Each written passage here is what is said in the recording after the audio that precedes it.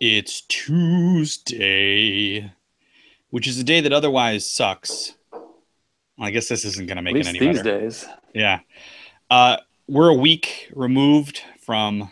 Hell, Yes. How are shit. you feeling? I'm still wearing black. There's that. Have you been wearing black to work every day, not talking to your No, but I coworkers? should.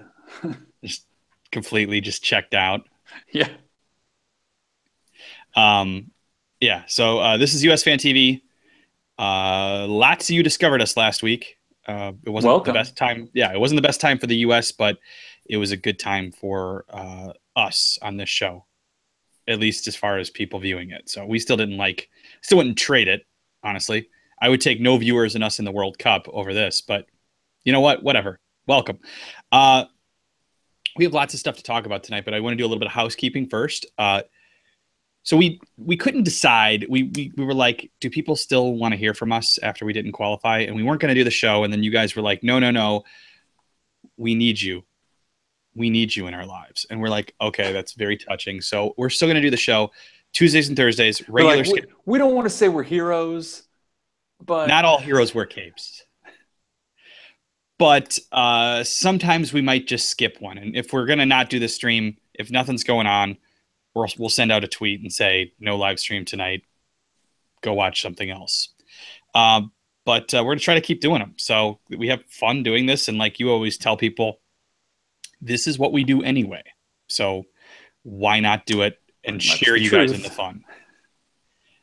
So Make you embrace our misery with us. yeah, why not? So we've got things that we're going to talk about. We're going to talk about the U17s because that's a happy thing to talk about. They play England Saturday. We're going to talk about Christian Pulisic. Didn't start over the weekend. I think it was Saturday, but he did come on and he was strong for Dortmund today. I didn't see it because I haven't given Fox $140 for their package that would have let me see this game today, the Champions League game. But I heard everything on Twitter from Pulisic was great and almost had the winning assist to Pulisic sucked. So I can't really comment on today's game, but we're going to talk about it in general. But we're going to anyway. Yeah, we're going to speculate on things. And we might get into Kyle Martino, who was going to run for Sunil Gulati's job and actually would have the name and perhaps the cash and the clout to really compete for it. He says he doesn't want to because why would he? He's got an awesome job and he would have to give that up because of a conflict of interest thing. So yeah, so we'll probably talk about that. But first, Big Sam fucking Allardyce wants the U.S. job. How about that? What are we to make of Big this? Frank's uncle. And Laurent Blanc the wants man, it too. the man with a 100% career rating as England's manager. That's true. That's true. Top guy ever. We can only hope that he has more than one game before he gets into what was it, some kind of like sex scandal that he got busted for and lost the job for England? No, it wasn't sex. It was some sort of hidden camera thing. It was The Guardian or somebody where it had to do with payoffs or something Oh, like that. yeah. Now I'm vaguely remembering this. But as Christian just pointed out, and it's kind of true, Big Sam is just English Bruce Arena to me. Perhaps. I mean, the thing he has going for him is he does take over crappy programs and manage to bail them out. He doesn't make them awesome, but he does bail them out. Can he save us from relegation and put us back in the World Cup? Yeah, is that possible? This gets me into kind of my larger point that I started to bring up the other day, in that, or it is that I think we need to reevaluate everything with the national team, and part of that is because your natural inclination right now is to go and get a coach based on the team that was out there. But almost all those guys are too old to play again for the U.S. I mean, I could see, some people have speculated on who the lineup could be in November for that game against Portugal and the other game that may or may not come to fruition. If there's more than about 3 current team guys in there, I'm going to be pissed off because it's a waste. Like, I understand you want a little bit of transition, you want a little bit of experience to show these guys the ropes, teach them something, tell them something, embrace the situation, tell them this is what you need to do, whatever. But how much do these young guys want to listen to this? Because sorry, you guys failed. You screwed it all up. You're done. And on top of it, what do we gain from them being there? So I think you need to reevaluate really what you're looking at from the program. Because if we brought in a coach, like my coach right now, if you just gave me anybody in the world to save this team, say we could go back a week in time, 8 days back in time, If I and could turn save back this team, time. my choice would be Martin O'Neill. Another guy with a track record of he makes teams that aren't very good or certainly aren't as good as most of their opposition play over their heads.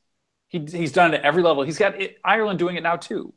He's done it at the international level. He's done it at club level. Awesome. But is that the guy for the future of this team? I don't know, because then you have to start questioning, if you bring in a guy who's known for, say, stout defensive abilities, for building teams that may not be the most talented, but they work together really well. They're cohesive, they're strong, they defend well, and maybe they'll get a goal here or there. Is that what we want from some of the promise we have from these young players? If you look at these guys, like if we look at the U17s at their World Cup right now, the U20s not that long ago with their World Cup, we have some very talented players coming up. I don't think we need to be the same old US anymore. I think we are at a new jumping off stage or whatever. We've hit a plateau. We have players who can take us up to the next level now, or at least the promise is there that they could.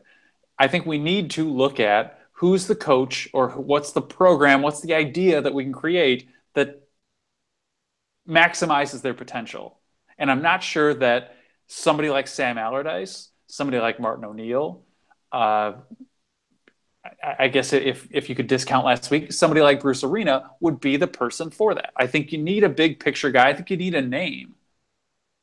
Because I think you want, whatever. Right now, I think you want a name because you need to gain a little bit of positive attention and maybe take some heat off the team. But I think now's the time to really look at broad picture, kind of sky's the limit dreaming.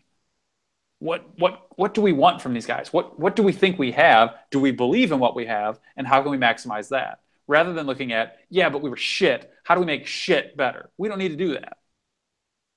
No, I agree. It's not about eking by, squeaking by, doing the minimum and doing just enough. I want to build something bigger and better. And that's, if I could turn back time, I would find a way. If I could find a way. I was singing that earlier. I don't think you noticed. I did.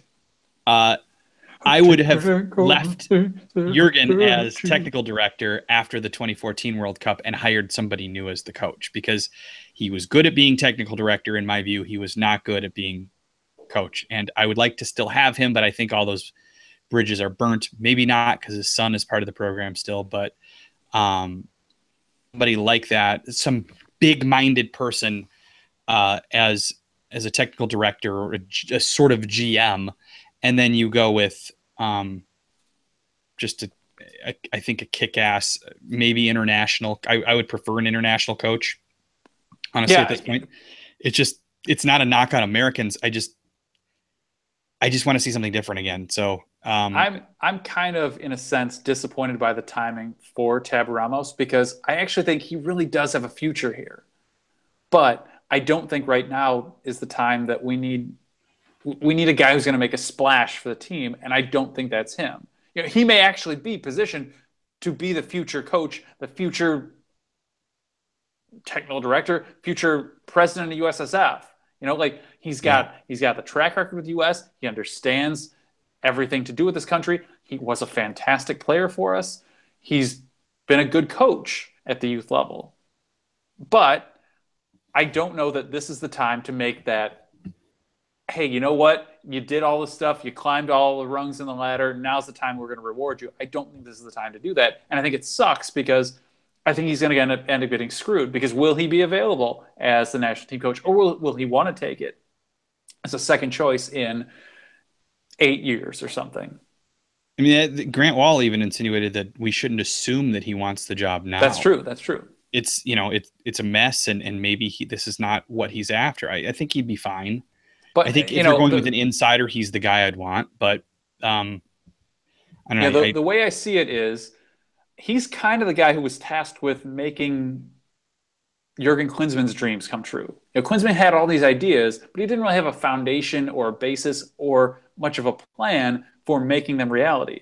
He basically said, "Ah, go figure it out," and that's kind of what Tabernanos has done. Jurgen was kind of like Steve Jobs in that way. Just who does the bit? Is it Bill Burr? I think it's Bill Burr does the bit where Steve Jobs is kind of an asshole because he's just like, yeah, go build me a thing that you touch. Fucking do it. 16-hour day. Jurgen was kind of that guy. He didn't know how to do it. They didn't know. I don't think he knew how to implement some of the ideas he had, but he could think big, and so he just needed people to do it. You're right. Tab was a guy who could do it. Um, Laurent Blanc is the other. Sorry for my French pronunciation. Is the other Laurent, Laurent Blanc Laurent Blanc. is the other guy Eh mentioned. He oui. managed France. He managed PSG. I think he's got a better track record as a player than he does as a coach. I Kind of mean, like Jurgen, he did but win Ligue 1 with Bordeaux, but he said himself that he prefers teams that are kind of the finished product. He just has to come in and sort of like stand there and be the face of it, or kind of put his Pep. final little finishing stamp on it. This is not a program right now that needs a finishing No, stamp. no. Like this is a program that, that we're still sorting out the ingredients, and we haven't even started to bake anything. So it needs more than I think he's probably the guy to give. We've been over Sam Allardyce and why it's maybe exciting. Like he's a big name, and it's so like where hasn't Sam Allardyce coached? Maybe he Right. just wants to get this extra stamp on his like coaching passport. It's like, oh, another stop, another stop. Um, Can you imagine? Like he's probably going to base himself in LA, the shirtless beach photos that the English press is going to have. oh, it would be ridiculous. Oh, that's pretty A lot of amazing. people are calling for Tata Martino. I saw some people even Yeah. note him going by.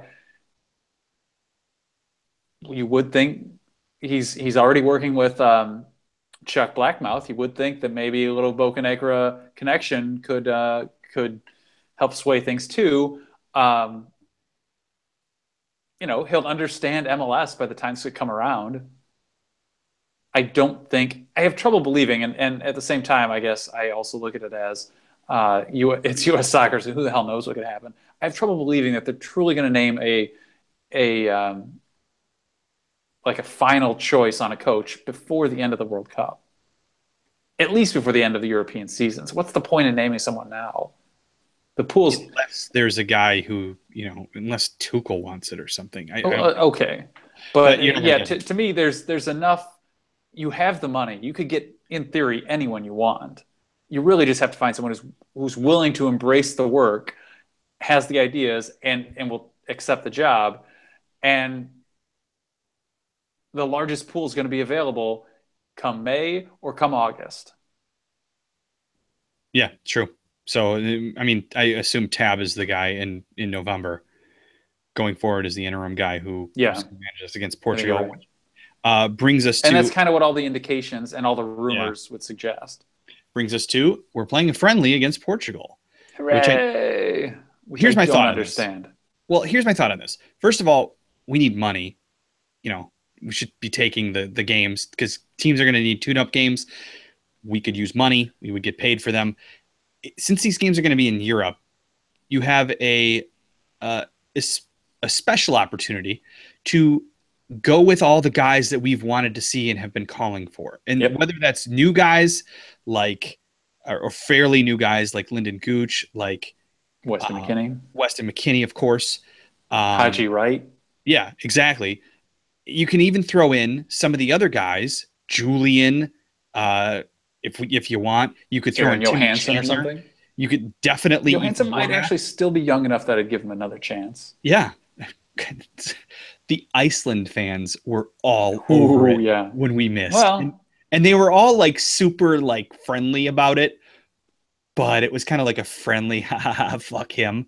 They like a guy emailed us and he was great to talk to and it was funny, but yeah, there was definitely the undertone of yeah, remember when he said that he was going to play for you guys because he wanted to play in the World Cup. I don't really blame him. I think it's pretty funny.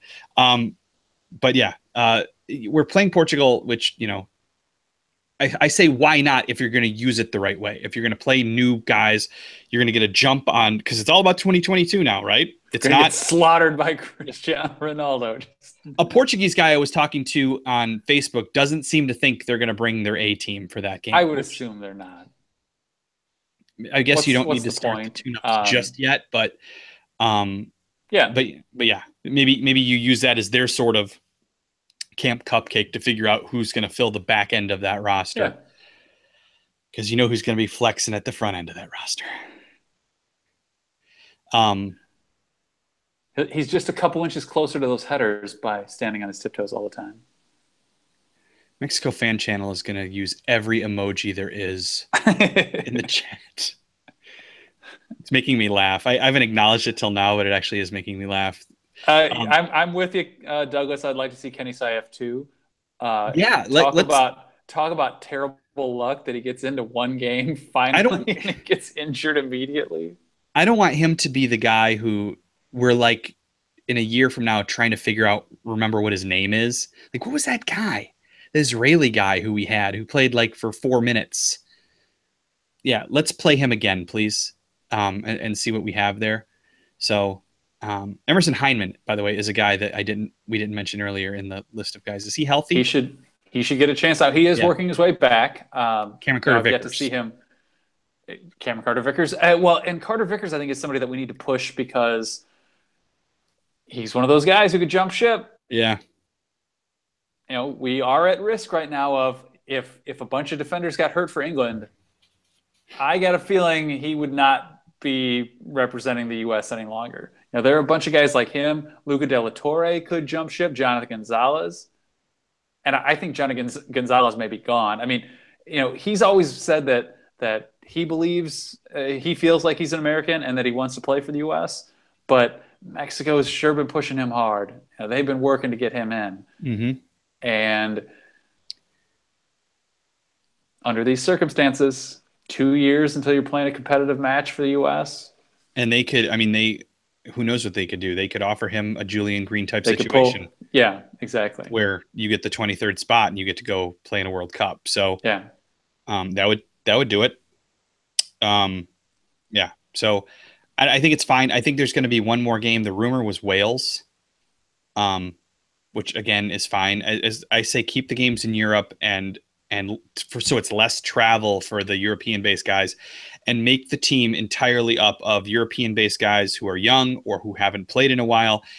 Maybe a few domestic guys who are out of the playoffs, but there is absolutely no reason to bring back anybody who's either in the playoffs or who we know isn't going to be around long term. Michael Bradley and Josie Altidore should not be there in November, even if Toronto is knocked out of the playoffs by then, which I can't remember if that home and home is the two leg is split over the international break. Isn't the first one? I can't remember that now, but even let's say they are knocked out of the playoffs, I wouldn't bring them. Why? Let them rest. Let's see somebody new for now. You know what you have. Zero anonymity. I don't think we'll see most of the same guys. To me, there's just not a point to it. What's the point in even bringing Michael Bradley back from now on? Yeah. And I don't say that even as like, one of our best players. I'm saying like, even what's the point? What's the point in even bringing back the captain? What's the point in bringing back Tim Howard from now on? As far as I'm concerned, those guys should never play for the U.S. again. They should just be done. If you are over about 25 right now, you should just be done for good. Because I'm sorry, you're going to be too old. By the time the next World Cup, by the time you could play in the next World Cup, you'll be done. And so, sorry, good luck. Tough shit. Things didn't work out. It sucks. But, you had your chance and you blew it. So I'm sorry. You're done. It's time to move on. It's time to focus on the future. It's time to see what else is available. And, I've struggled with this in what I think should happen with the team, especially like if we were going to play these games in November, because, the discussions I've kind of had, amongst, say, people that have wanted to talk about this with me is I don't see the point in it. Now, it may be that we're contractually obligated that has a contract for X number of games per year, and we have to fill that out. But I Yeah, don't maybe know part of our that, but TV deal. Yeah, I don't know.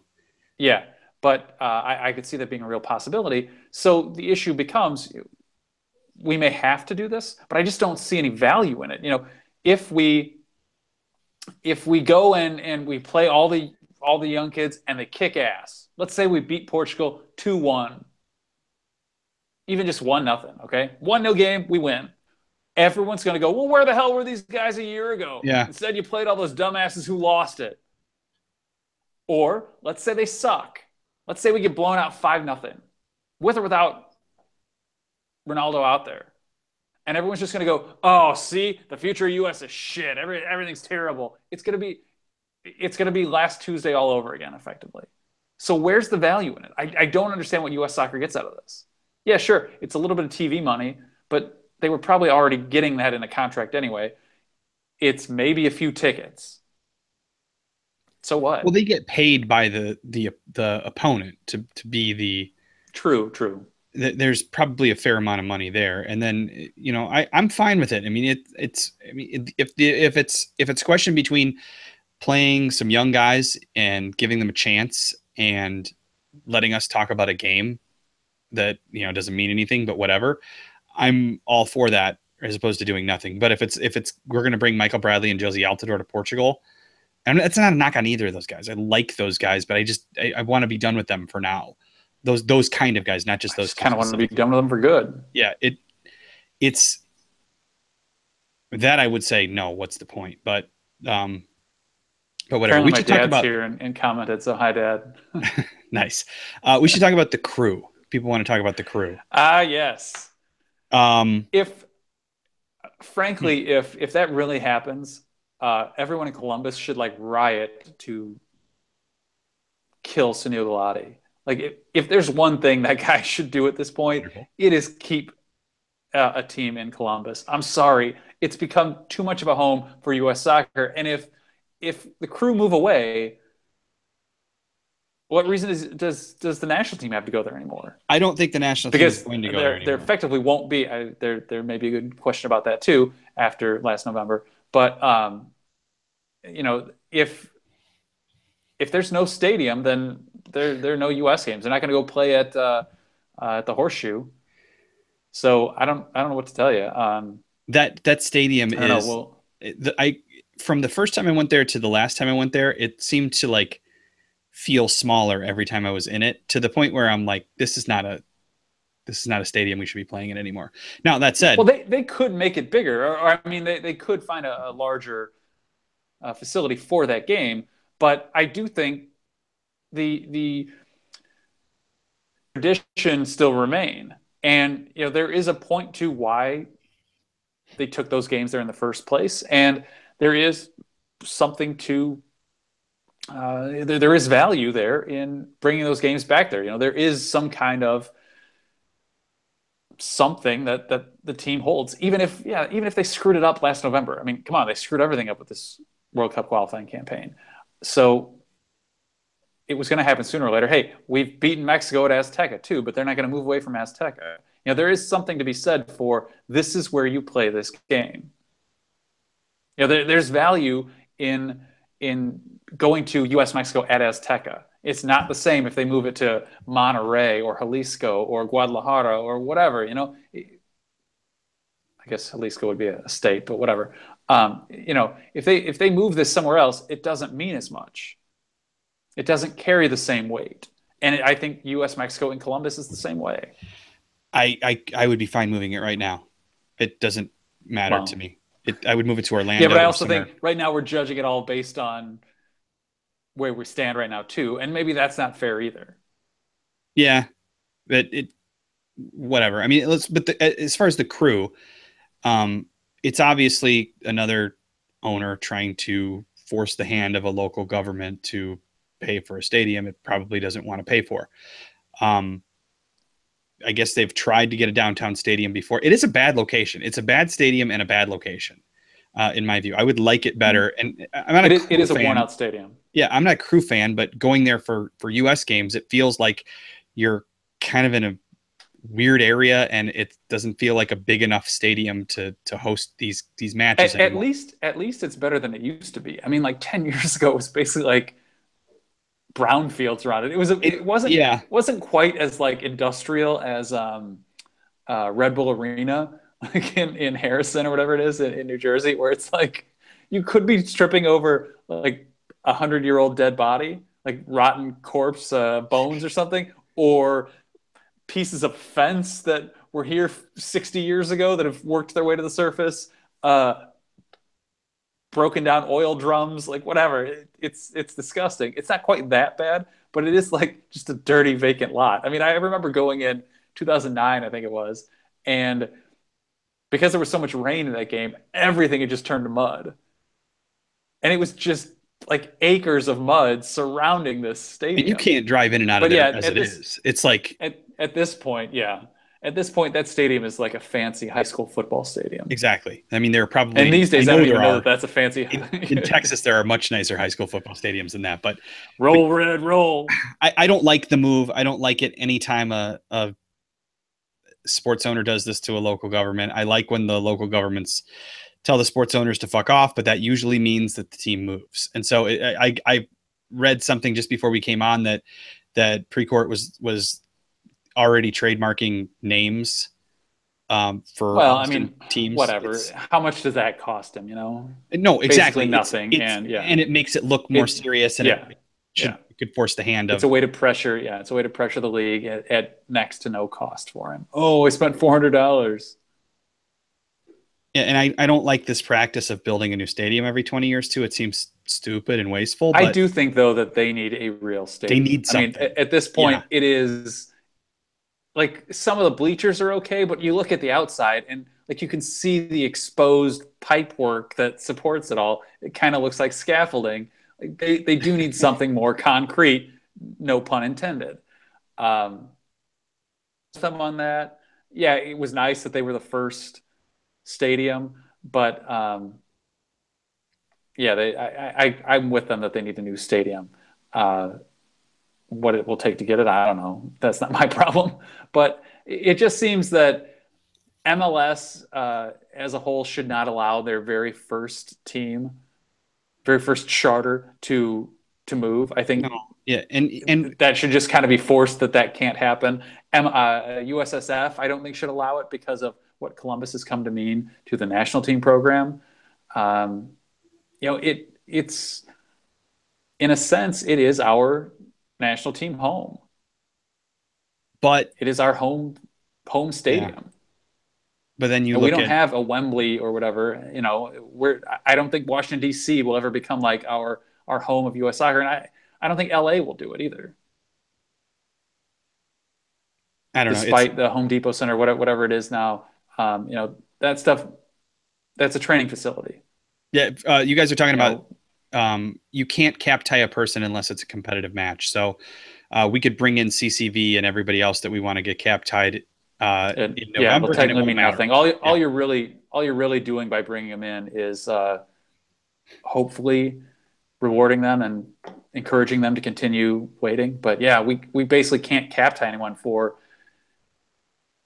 almost 2 years. and then to wrap up the conversation about Columbus, if they do move, Austin is a fantastic city, but look at how piss poor the support is in Houston and Dallas. Now that may mean nothing. Like I thought Atlanta would be a terrible place for MLS, and that's about the most wrong I've ever been. So um, maybe the Austin fans, if there were an MLS team there, would be all over it. But I don't Don't know. hammer Austin. I mean, I've gotten grief for saying that I think South Florida sucks. No, We I have love had some Austin. people. It's So I fantastic. apologize. I apologize to people who have not liked that I've trashed South Florida and their fandom. I just don't think you guys show up to enough sporting events. Sorry. Well, and part of that's just because people from Florida are usually from somewhere else, and they Maybe. show up when their team is in town. But I guess there aren't enough. The Yankees games always sell out. Uh, what else on the list? We should probably talk about the U17 since it's That the one happy. bit of good news, yeah. Yeah. we didn't lead with the good news, but yeah, talk about a team running rampant. Considering they almost, I mean, they were close to kind of blowing it in the opening round by losing to Colombia in that final game. But wow, they ran rampant over Paraguay. Yeah, 5-0. Tim Weah gets a hat trick. first hat trick since Freddie Adu. I didn't realize hat tricks in a like a major competition. Freddie, there's like 5 instances. Yes, Freddie holds 2 of them. yes. He has the last 2 times we've had a hat trick Oh in a major God, competition. Freddie Adu. He's going to be signing autographs at the end of RFK. for real? Yeah, there's going to be a little like send off match, and he's going to be a part of it. And then he's going to sign autographs, and then he's going to go do whatever Freddie Adu does now. Then he's going to ask for a trial, and they're not going to give it to him. Yeah, he doesn't want a trial anymore, man. He wants a regular gig. I don't blame him. Fuck you, hat guy. No talk of Freddie Adu. Christian Pulisic played today for Borussia Dortmund in the Champions League against APOEL Nicosia. Is that right? 1-1 for Dortmund. Apoel, is that how they say it? So 1-1. Dortmund's probably ruined their chances of getting out of the group. Maybe we'll see them in the Europa League. They're going to play Arsenal and beat them in the Europa League. No, actually, the Bayern's going to drop to the Europa League and beat Arsenal 5-1. God. But it was on. I didn't get it was on like Fox's new revamped pay for soccer thing that you can watch on the internet. I haven't paid for it yet. So, and I couldn't find my friend illegal stream for this game, so I didn't get to see it. But I heard everything on Twitter from he played well and nearly had an assist to win the game, to he wasn't very good. So. I was at work and working, so not able to see it, but he was rated highly in the app that I followed the game with. And Tottenham, we can't be Tottenham deniers anymore. They got a draw against Real Madrid. You're still going to do it. You know, by doing that, somebody's going to write like a 4-page write up on the history of Tottenham Hotspur Football Club and why we should know them because they're of extreme importance. That's why I'm doing it. That was my favorite part. So I don't remember who that was. If you're still here, I just thought it was really funny. I was like, dude, it was sarcasm. You went through all that trouble just to make someone that point. When we were saying who to Tottenham, we didn't know who they were a few weeks ago because they were playing Dortmund. Somebody did believe it and thought we were being serious, which I thought it was hilarious. Like I thought we so oversold it that it was obvious, but I kind of enjoy that somebody actually believed our play acting. Trevor, I went on Reddit. I'm not new to this. I went on Reddit and I couldn't get one to work. I kept clicking through them and could not get one to work. And I finally had stuff to do and gave up. So I'm sure there was one that pornography eventually worked. Maybe. But I finally just said, you know what? I can't do this anymore. What else is on the list? Kyle Martino wanted to. Yeah. Kyle Martino says he will not run for USSF because it's not a paid position. Now, I do think he has a point that it should be a paid job. Oh, absolutely. Yeah. And part of me wonders if he's not sort of using this, if you know, he said this isn't a PR stunt for himself. I kind of wonder if he isn't a little bit, though, using a bit of a PR stunt, like kind of using his fame here to try to get that as a paying job. Because he said, look, there are better people available, but they need to get paid here. You know, it's not like Sunil, who makes a ton of money as a professor and as a speaker and whatever else, and all the money that he rips off, I'm sure, from because there's no such thing as criminality in U.S. soccer. You know, they need to get paid to do this job. You can't just do it on a volunteer basis. Because, frankly, Kyle Martino should be one of those people who could. But I think he has a very good point, you know, that if this was a paying job, more people might be willing to do it. And maybe you'd see some challengers, and maybe they would be better people than Sunil. Because, you know, Sunil may mean well. He may have meant well all along. He certainly has a long track record with U.S. soccer. But his relationships with Chuck Blazer certainly make me question him as well. So yeah, I think there are a lot of shady things in all of world soccer, world football, whatever. I don't think U.S. soccer is at all above it. and I think Sunil has kept it that way because it's benefited him. But I think you need to start looking at bigger picture things. Part of it may be that Soccer United marketing needs to be separated from USSF. This bizarre relationship that connects them and USSF and MLS together should be broken up or at least made transparent. So that they're making choices on behalf of U.S. soccer as opposed to, well, this is what's going to make U.S. soccer the most money. Yeah, you're not going to get anybody with any kind of need for money to go do that. I mean, it seems like perfect for a college professor because they not only have, a nice salary, but they also have a lot of free time because they don't work. He can stack his schedule so he can travel whenever he wants. He can do whatever he has to. And people were pissed that he said, I take blame for this, but I'm not going to step down at this point. He's not going to. He's going to run again. We told you he wasn't going to. He's going to run again. Yeah, he's going to run again. He's probably going to win. And he doesn't want to leave because he's got that whole 2026 bid thing to wrap up. What should have happened is that this should be a paid position. So he would be forced out. Somebody else could come in and take it. And then he could be a consultant on the 2026 bid, which he should be because he's so wrapped up in it as it is. So I don't want to lose the Sunil that deals with the 2026 bid. I just would rather somebody else be in charge of U.S. soccer at this point. Yeah, so Mike Gans or any of the other people who are talking about running, we will allow you to come on and talk about it and try to sell your platform to none of us are voting members, but maybe somebody will watch and be a voting member. Apparently all the players who have a seat are going to vote in a block. The players block, apparently, yeah. That's like 20 20%. Players are all going to vote together. Or 20%, I should say. They're all going to. They suggest they're all going to vote together. So whomever they choose will probably be the next president. I don't know if I saw an old list, but there's some guys on that list like JOB and Jonathan Spector's in it. Spector, I was going to say, yeah. Are they still really on it, or was I looking at an old list? It's the list I saw. I don't know. But Eric Winalda is still weighing a run. I don't know his financial situation, but I would think he needs to work. See, yeah, I would think he probably he needs to get paid too. I would guess that if you really got into this job, you probably could sway the board into paying you, especially if you're somebody who has a name to it. That's why, I question like Kyle Martino stuff about like, oh, I need this because I have a young family, whatever. Yeah, your wife is an actress who hasn't done too poorly for herself, and she's the daughter of Susan Sarandon. So I don't know. Your family kind of has a lot of money. I mean, that's what people were thinking. Yeah, he's smart. He's he's articulate. He's been making probably millions for the last few years as a commentator doing that travel show on the Travel Channel. Yeah, he did that too. He's made a few bucks since he stopped being a player. That was a decent travel show, actually. They should come back with that. But yeah, you're going to need.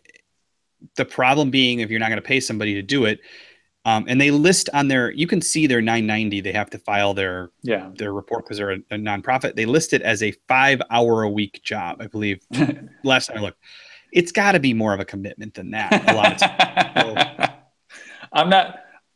It's my anniversary. I shouldn't make a joke about my situation with my girlfriend sitting here. Zero anonymity. So. Keep your comments on who controls the home checkbook to yourself. Yeah, I do kind of need for U.S. soccer president. I think it'd be fun. But seriously, you're not going to get anybody who needs cash unless you're going to change that position, and they need to.